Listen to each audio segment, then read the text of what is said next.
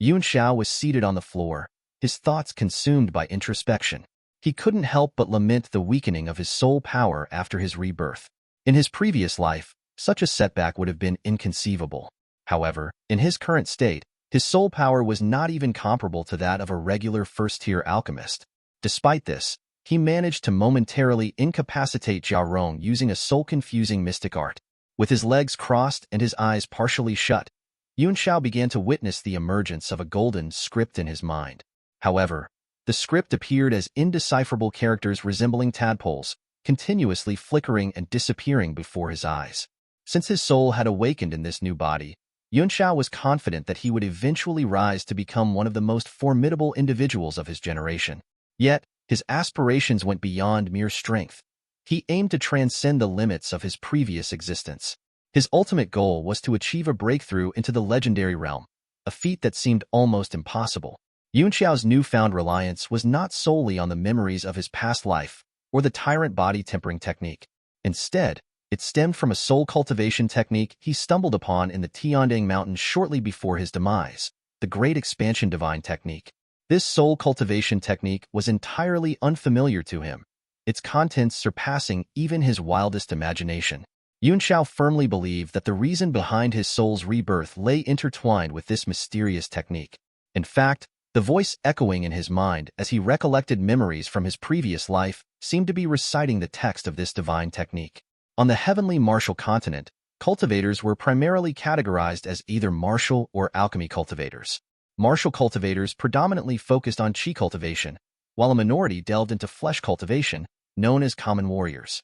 On the other hand, alchemy cultivators prioritized the cultivation of the soul, earning them the title of alchemists. Each category corresponded to the spirit, energy, and soul aspects of human beings. Regardless of the path chosen, reaching the pinnacle in any one aspect could elevate an individual to become a formidable force capable of shaking the entire continent. As a martial cultivator who had already elevated his energy and soul to sovereign levels, Yun Xiao was acutely aware of the importance of balance and synergy among the three aspects. The few conferred martial sovereigns who stood at the peak of power had mastered 2 out of the 3 aspects, granting them unparalleled strength compared to their counterparts. Yun Xiao found himself trapped at the pinnacle of the 9 heavens realm before realizing that his physical strength had become a hindrance to further progress. This realization compelled him to seek out the tyrant body tempering technique. He understood that only when his body, qi, and soul simultaneously reached their peak could he advance towards the legendary 10 Worlds realm. His mind raced with thoughts as he contemplated the newfound potential offered by the Great Expansion Divine Technique. With this technique, he believed he could elevate his soul power to the pinnacle of the sovereign realm. When combined with the tyrant's body tempering technique, he envisioned achieving an invincible state by merging all 3 aspects into one, thereby breaking through into the 10 Worlds divine realm. A glint of determination shone in his eyes as he seemed to peer through the vast expanse of space towards an unseen horizon. Later, Yun Xiao retrieved a jade he had taken from Lan Fei. He recognized its potential for enhancing his current body and clearing his meridians.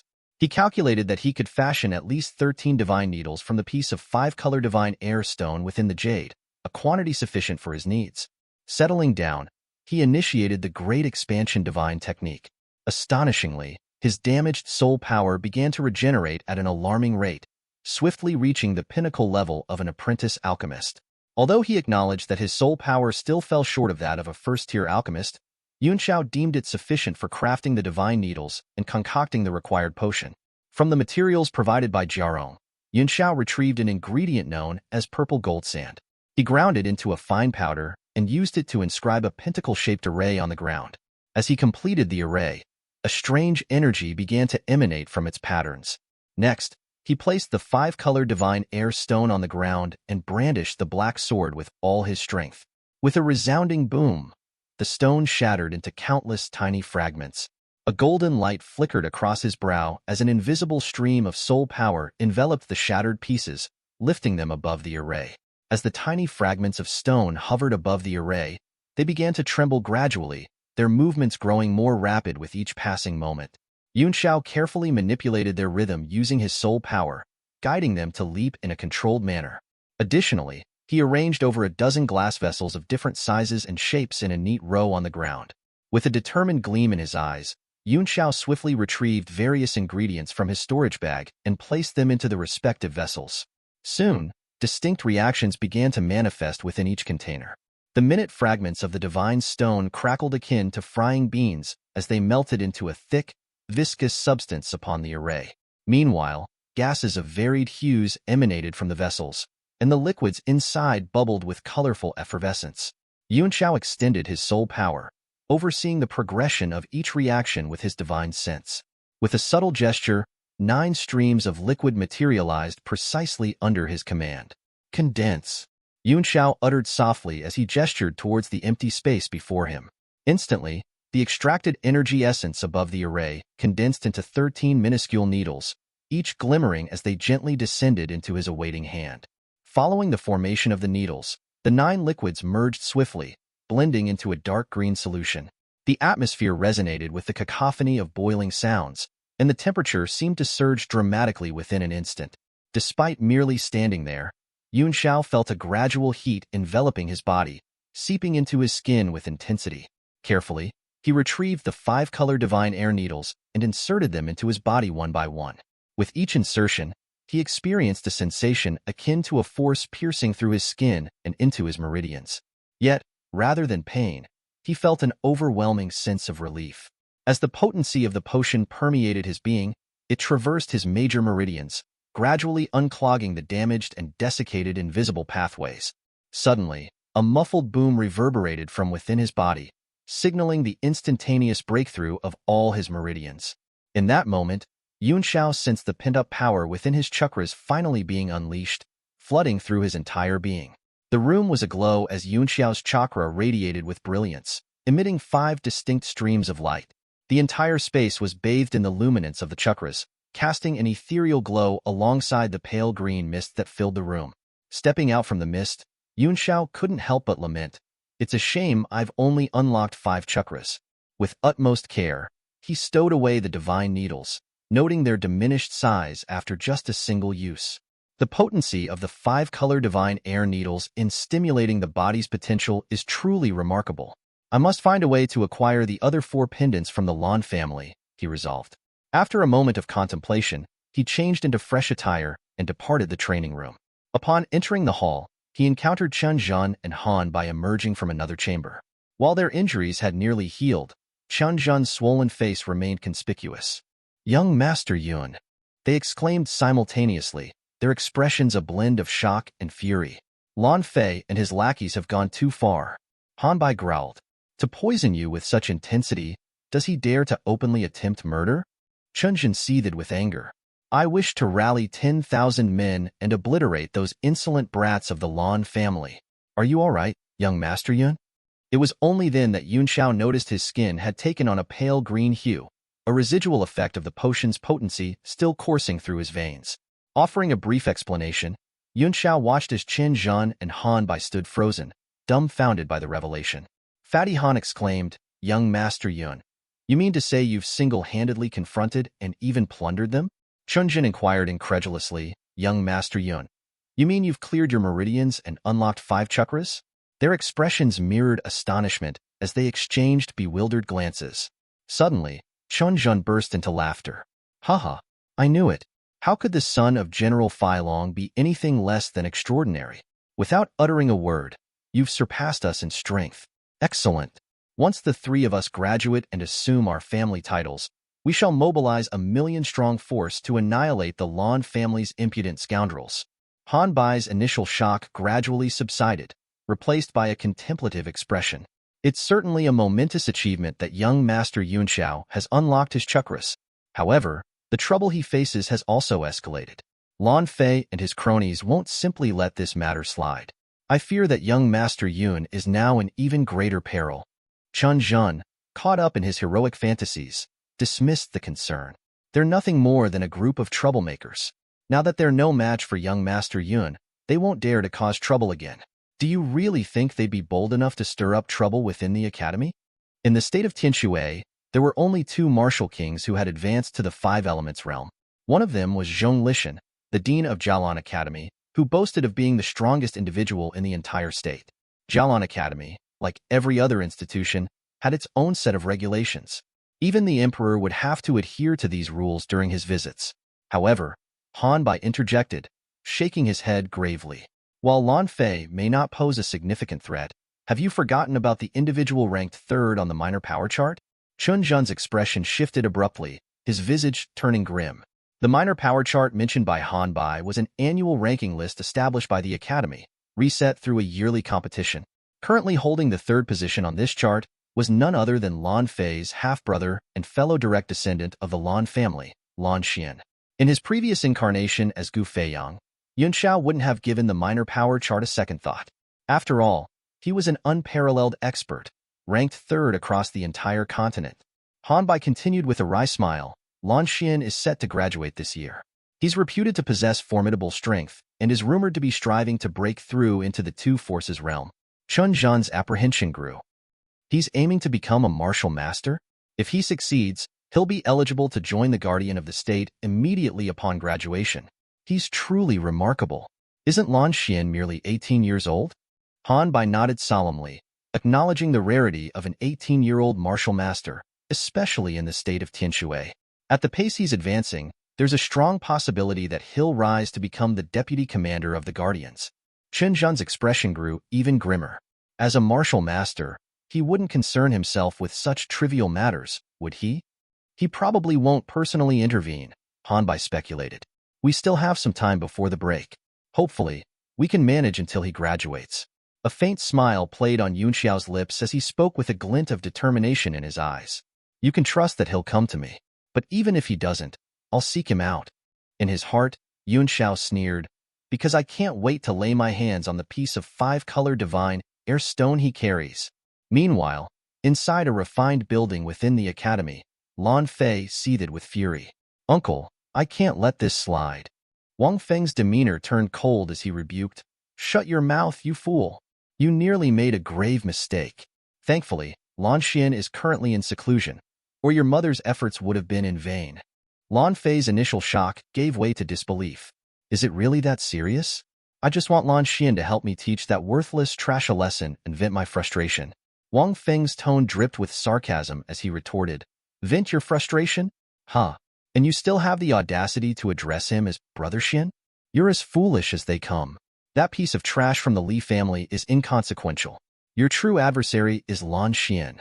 Now that you've lost the token of the family's direct descendant, you'll face the family's wrath.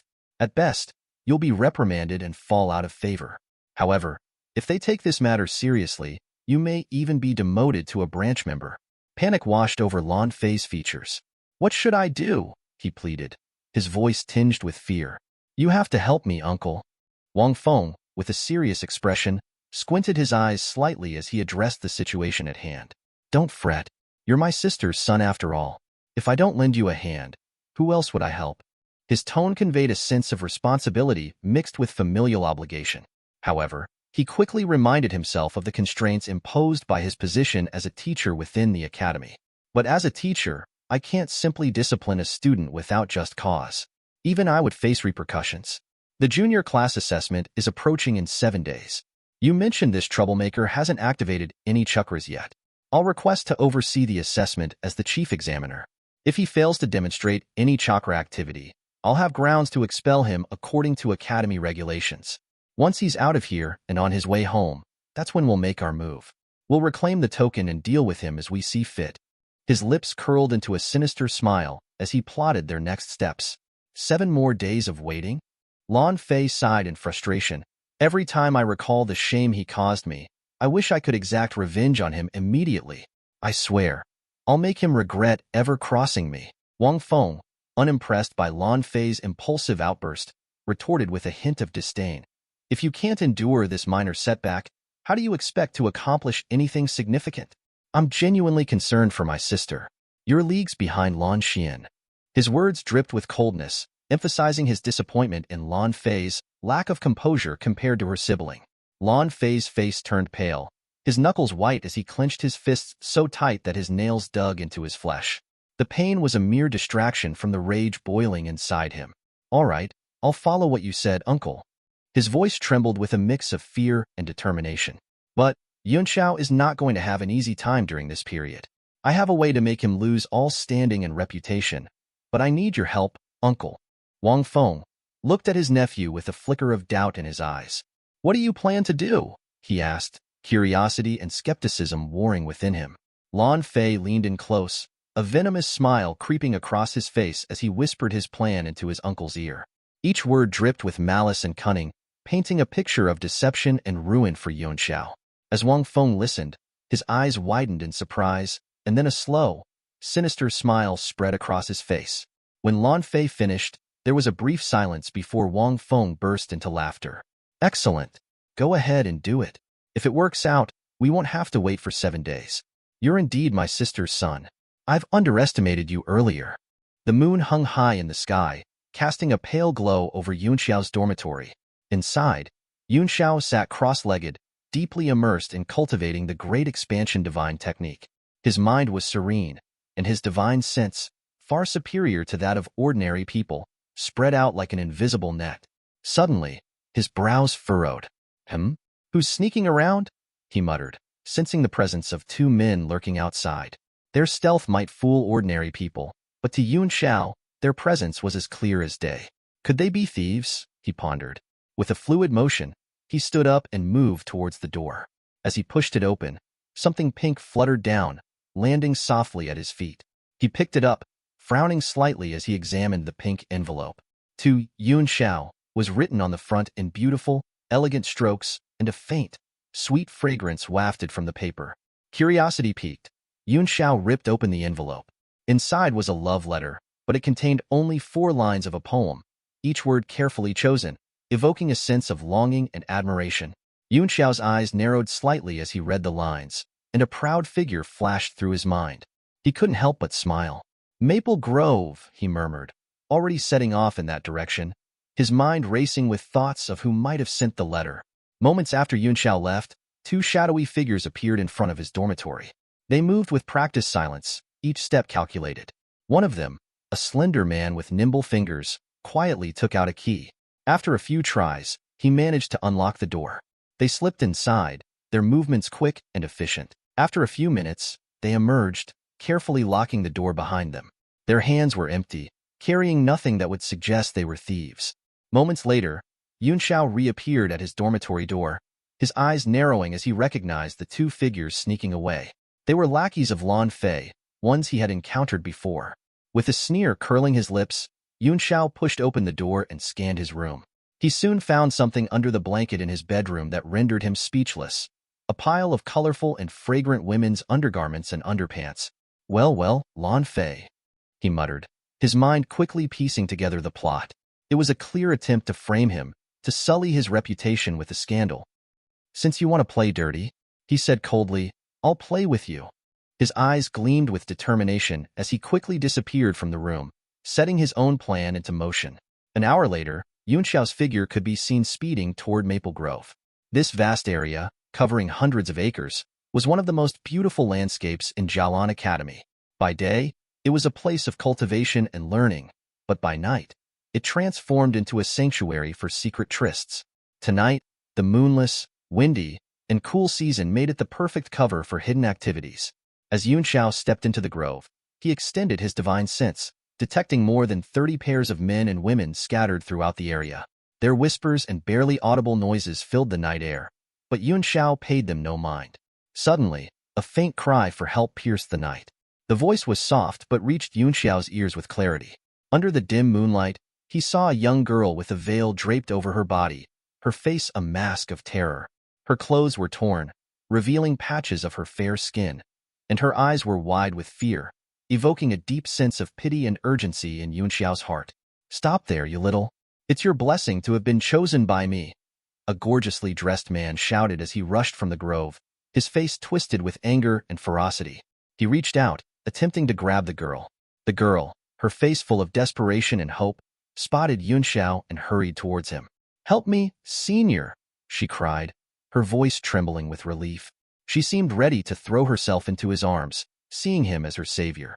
A sword flashed across the void and fell into Yunxiao's hand with a swift, fluid motion. Its tip pointed directly at the girl's throat. Stop if you don't want to die. Yunxiao's cold voice sliced through the night air. The girl froze, her eyes widening in shock. The suddenness of his reaction left her momentarily speechless, but she quickly recovered, tears welling up in her eyes. "Help me, senior," she pleaded, her voice breaking. "Someone wants to molest me." Tears, as large and clear as pearls, rolled down her cheeks, making her look even more pitiable. "Please, if you will just save me once, I will do whatever you want me to do." Any young man witnessing such a scene might have felt a surge of chivalrous duty. But Yunxiao's face remained impassive, emotionless under the moonlight. The man, his face contorted with rage and desire, caught up with the girl. He grabbed her by the shoulder and yanked her hard, causing a ripping noise as the veil covering her figure was torn apart. Her exposed skin shone pale in the moonlight, and she cried out in distress, "Senior, please, help me." The man dragged her to the ground, her cries of anguish echoing through the grove. In that moment, his eyes flashed with a trace of confusion, as if he were battling some inner conflict. But the fierce, predatory look quickly returned, and he growled, "Get out of here now, boy. I'm about to do my thing. Help me, help me." The girl's distressing cries continued, each one more heartbreaking than the last. Yunxiao's eyes, which had been slightly closed, opened fully. A small smile played on his lips. "Don't worry, my dear," he said softly. "The rescue will come soon." Upon hearing Yunxiao's words, a glimmer of hope flickered in the girl's eyes. She hurriedly struggled to her feet and trotted straight to Yunxiao, not bothering to cover her exposed skin. The man's eyes also showed a trace of delight, but he kept up his fierce facade. "Boy, how dare you snatch this girl from me? Do you know who I am? I'm Lu Tian, the son of Lu Siki, the commander of the Imperial Guard." "Oh, so you're Lu Tian," Yunxiao said with a knowing smile. He then turned to the girl. "The rescue I mentioned is not me, but them." "Huh? Them?" Both the girl and Lu Tian were taken aback. Suddenly, a group of people rushed out of the woods, surrounding the trio. "Lu Tian," roared Chenjun, the leader of the group. "How could you do such a terrible thing? Teacher Feng, you saw what happened just now. This brat is simply an animal." Lu Tian's face paled as he realized the gravity of his situation. The mention of Teacher Feng made his legs weak. Under the moonlight, he saw a middle-aged man at the forefront, his hair bristling with rage. This was none other than Feng Buping, the dean of students, known as the god of slaughter, for his strict and merciless ways. Lu Tian cried out in fear, taking a few steps back before collapsing to the ground. "What's going on? How did this happen?" The girl, still bewildered, looked around in confusion. Even Lan Fei and his lackeys, hiding in the shadows and ready to jump out, were dumbfounded. Why was the dean here? "Lu Tian, you animal!" Feng Buping's voice thundered through the grove. In a flash, he was in front of Lu Tian. A loud slapping sound echoed as Lu Tian was sent flying, his scream of pain ringing out. The serene night in Maple Grove was suddenly shattered by Han Bai's loud roar, echoing through the trees. "We can't spare this animal. Let's beat him to death. Let's beat this rascal who tried to rape his junior to death." His words stirred the growing crowd, and more people began to converge on the scene. Chen Zhen led a dozen men towards where Lu Tian had fallen, and soon the sound of fists meeting flesh and Lu Tian's cries of pain filled the air. Feng Buping turned his attention to the girl. "Are you all right?" he asked gently. "What's your name? Why were you with this animal?" The girl, still in shock, struggled to find her voice. "My name is Manhwa." Yunxiao stepped forward, his demeanor changing abruptly. He smiled warmly at Manhwa, but his actions betrayed a sinister intention. "Don't be afraid, my dear. Look, you are sweating all over with fright." He pulled her into his arms, holding her slender waist tightly with one hand, making it impossible for her to escape no matter how hard she struggled. His other hand began to wander, touching her abdomen. "You," Mengwu stammered, her face flushed with embarrassment and anger. She tried to push away from Yunxiao, but his grip was unyielding. Her body blocked Feng Buping's view, and she was too terrified to shout out, resorting instead to desperate struggling. Yunxiao's strength was overwhelming, and Mengwu soon found herself unable to escape. Tears welled up in her eyes, but this time they were genuine, and her body trembled with real fear and humiliation. Feng Buping, misinterpreting her distress, thought she was suffering from mental trauma. "Don't be afraid," he said kindly. "I'll certainly redress your grievance." Fortunately, Yunxiao sent someone to inform me in time. Otherwise, the consequences would be unimaginable. "Yunxiao, you take care of Mengwu here. I'll go and take a look at that animal." Why is there no more sound? He couldn't have been killed by those people, could he? Yun Xiao, enjoying the moment with Meng Wu's tender body, smiled and said, "Go ahead, Teacher Feng. Meng Wu is in good hands now." Meng Wu shuddered, crying out in her heart, "Don't leave, Teacher Feng. Don't leave me here." But strangely enough, she couldn't make a sound and could only sob quietly. Feng Buping nodded and walked toward the commotion around Lu Yitian. A crowd had gathered, pointing and whispering among themselves. Meanwhile, hiding far away in the grove, Lan Fei and his men were at a loss. Apparently, Li Yunxiao is behind all this. Du Feng said angrily. "What now, boss? I suggest we rush out and save Yiqian, or he'll be killed." "Save my A**s." Lan Fei slapped him on the head and growled, "You brainless pig. We'll be caught in the net if we walk out right now. There's nothing we can do but sacrifice Yiqian. Anyway, with Feng Buping here, he's not going to die." His eyes nearly burst into flames as he turned to the other two men and asked, "Have you put everything in the right place?" The two teenagers who had sneaked into Yunxiao's dormitory to hide the incriminating undergarments nodded in unison. "Yes, we've put everything under his blanket. You can count on us, boss." Lan Fei's eyes gleamed with a grim coldness. "Li Yunxiao, while you might have escaped this, let's see how you're going to deal with the next one." Yunxiao casually glanced in the direction where Lan Fei had disappeared, the corners of his mouth curling into a knowing smile.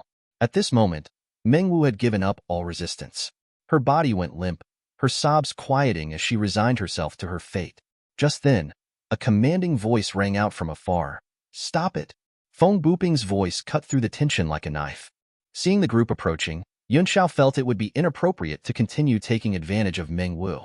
He gently picked her up and whispered softly, "Don't be afraid. It's all right now. That rascal has been completely crippled." Meng Wu, still clinging to Yunxiao, was trembling with a mix of anger and helplessness. Her head was buried in his chest, tears soaking through his clothes. The weight of her humiliation and the chaos around her left her feeling utterly defeated. The crowd's gaze was heavy and judgmental, and she could only wrap her arms around Yunxiao, feeling a deep sense of shame and resentment. Feng Buping approached with Lu Yitian, who was barely conscious. Lu Yitian's face was a mess of bruises, swollen and disfigured from the beating he had received. His once arrogant demeanor was replaced with the pathetic whimper of a broken man. Feng Buping's expression was serious as he declared, "He's crippled."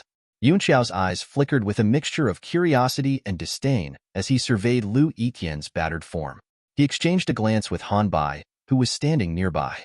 The unspoken communication between them was clear. Han Bai's brutality had left its mark, and Yunxiao's response was one of cold amusement at the savagery displayed. Han Bai met Yunxiao's gaze with a fierce glare, as if to say, "This is what you wanted. Leave this place now, all of you." Feng Buping commanded with a voice that brooked no argument. His gaze swept over the crowd, a mixture of authority and frustration evident in his tone. "I'll report what happened here to the dean. Lu Yiqian brought this upon himself, and he can't blame anyone else." He turned to Yunxiao, his brow furrowing slightly. "It's not appropriate for you to be holding her like that. Do any of you know her?" The question hung in the air as Feng Buping scanned the group of onlookers. Many of them were students, including several girls who had been part of couples caught in the act. They shifted uncomfortably, avoiding eye contact as the tension in the air grew palpable. Amidst the crowd, a girl named Lu Feifei spoke up with a mix of concern and recognition. "She's Meng Wu. We are from the same dormitory." Feng Buping gave a curt nod, his expression softening as he addressed Yunxiao. "Great. You'll bring her back. Report to me at any time if there's anything." With that, Yunxiao reluctantly handed Meng Wu over to Lu Feifei. He placed a comforting hand on her shoulder, his voice gentle. "Don't be afraid, my dear. You're safe now?" Meng Wu's eyes, red and swollen from crying, flickered with a mixture of relief and confusion. Yunxiao's hand brushed against her arm as he draped his robe over her shoulders. To those watching, it seemed like a gesture of kindness and concern. The crowd, having witnessed Lu Yitian's brutal comeuppance, believed Meng Wu's distress was solely due to the earlier incident.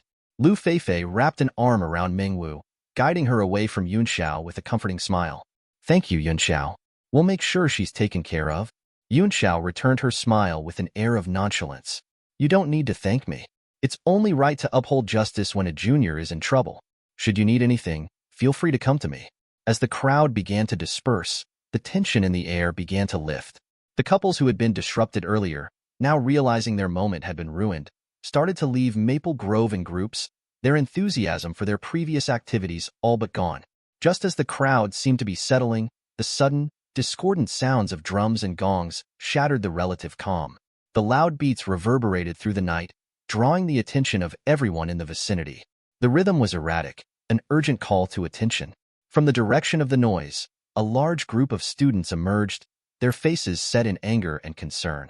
Among them, at the forefront, was Lan Fei, his expression a storm of rage and urgency. The group included several girls, their faces flushed with indignation. Feng Buping's brows furrowed in confusion as he caught sight of Lan Fei leading the charge. He turned to Han Bai and Yun Xiao, his voice low but edged with authority. What's going on here? Lan Fei, seeing Feng Buping, seized the opportunity to further stoke the fires of outrage. His voice was filled with feigned outrage and righteous fury. Oh, Teacher Feng, you're here too? This is perfect. We've got a serious issue at the academy, a thief, an extremely perverted one. The underwear of many female students has been stolen. The revelation hit the crowd like a thunderclap. Gasps and murmurs spread rapidly. What?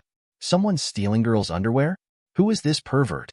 A wave of outrage swept through the gathered crowd, the anger palpable among the female students. They began to clamor and scold loudly, their voices mingling into a chaotic din. Feng Buping's stern expression revealed his growing frustration. As he scanned the crowd, his gaze landed on an unexpected figure. Princess? You're here too? Qin Ruxue, the princess, stood at the edge of the commotion, her face flushed with a mixture of embarrassment and fury. Her normally composed demeanor was marred by the distress of the situation. I've also lost something. Teacher Feng, you must catch that perverted thief for us. The princess's outburst only fueled the fire of anger among the crowd. Murmurs of agreement and renewed demands for action echoed around Maple Grove. Lan Fei seized the opportunity to add fuel to the fire. His eyes gleamed with malicious satisfaction as he announced, "Someone saw that thief running in the direction of Maple Grove." His gaze shifted to Yun Xiao, a thin smile curling at the corners of his lips. The malice in his eyes was unmistakable. Haha, Li Yun Xiao, you piece of trash, you're going to be finished. Lan Fei's mood was one of twisted delight as he anticipated Yun Xiao's downfall. Yun Xiao, ever the enigmatic figure, raised an eyebrow in feigned curiosity. Many female students have lost their underwear, but what does this have to do with you, Lan Fei? The question hung in the air, and a ripple of confusion spread among the female students. Why was Lan Fei, who usually carried himself with an air of aloofness and disdain, now so involved and eager to help? The inconsistency sparked their curiosity. Lan Fei was momentarily caught off guard, his confident facade faltering. He stammered. Before he could falter further, one of Lan Fei's lackeys stepped forward, trying to salvage the situation. Boss can no longer stand idly by and watch, so he came forth and led everyone to catch the thief. The crowd's suspicion shifted, but Lan Fei quickly regained his composure. Yes, I brought everyone here to catch the thief. Someone saw the thief running in the direction of Maple Grove. He puffed out his chest and spoke with an air of responsibility. As a student of the academy, it is my duty and obligation to assist.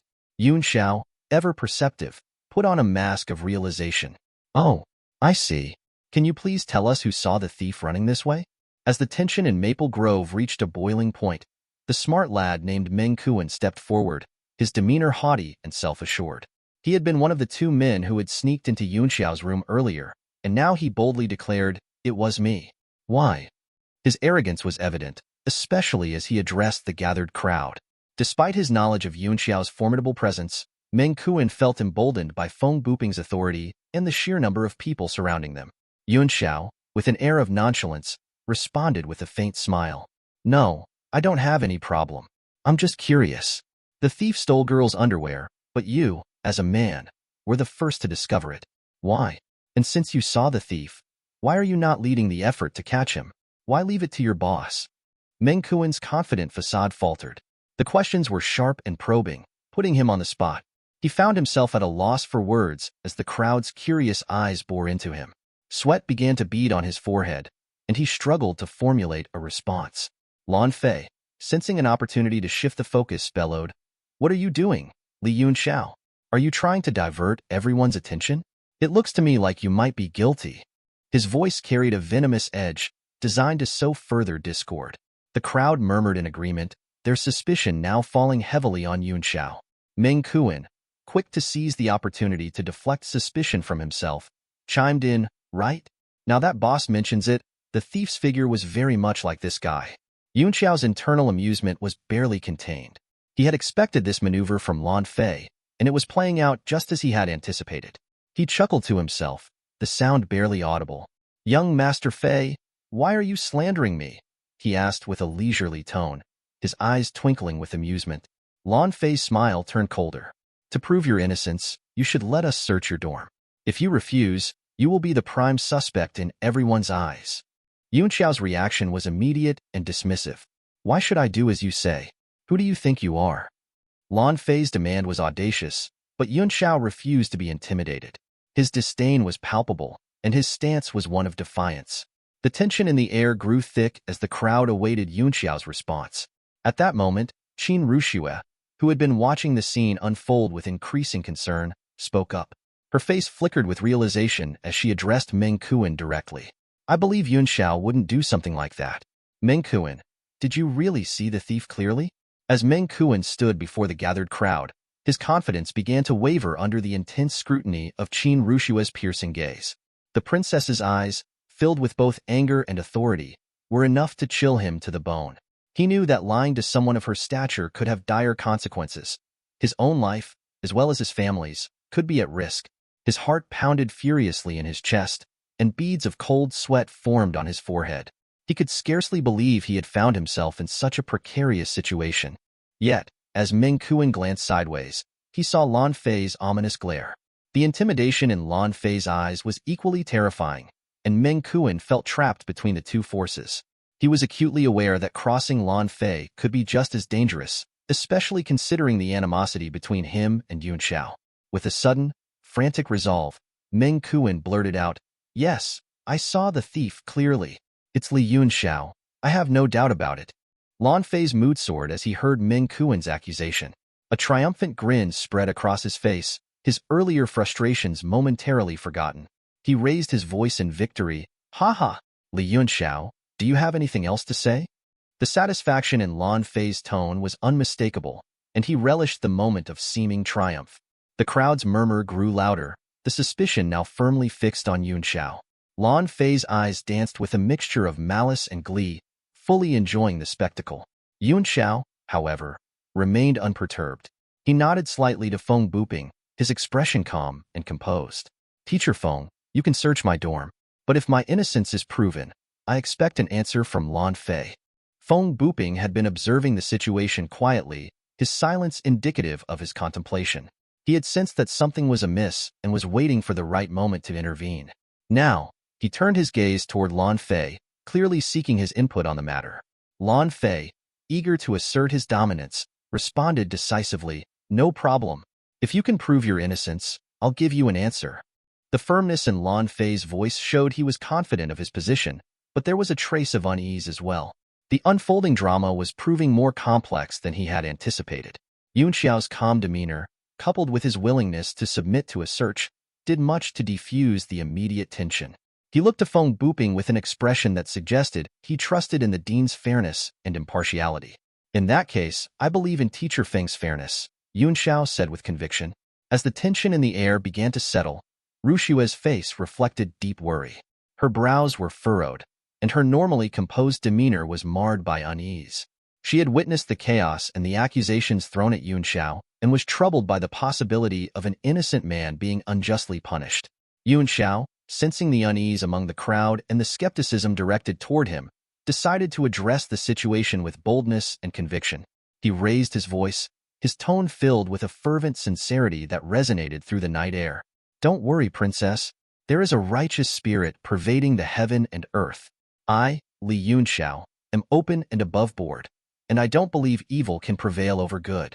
His declaration was met with a wave of murmurings from the crowd. The intensity of his words and the earnestness in his voice began to sway the opinions of those around him. The female students, in particular, found themselves reassessing their views. A guilty person would hardly possess such a commanding and righteous demeanor. Behind the crowd, Meng Wu stood, her anger simmering just below the surface. Her encounter with Yun Xiao had left her deeply disturbed, and she struggled with the conflicting emotions that churned inside her. Despite Yun Xiao's outward display of righteousness, Mengwu knew what she had experienced. Ruxue ground her teeth and stamped her foot. Her instincts told her that something was terribly wrong, that the situation was not as clear-cut as it appeared. She was convinced that Yun Xiao's show of virtue was a smokescreen for more sinister motives. Her frustration grew as she felt powerless to act, caught in the web of intrigue that surrounded Yun Xiao. You are a fool. There's something obviously odd about this, and I'm sure they're trying to frame you, she thought bitterly.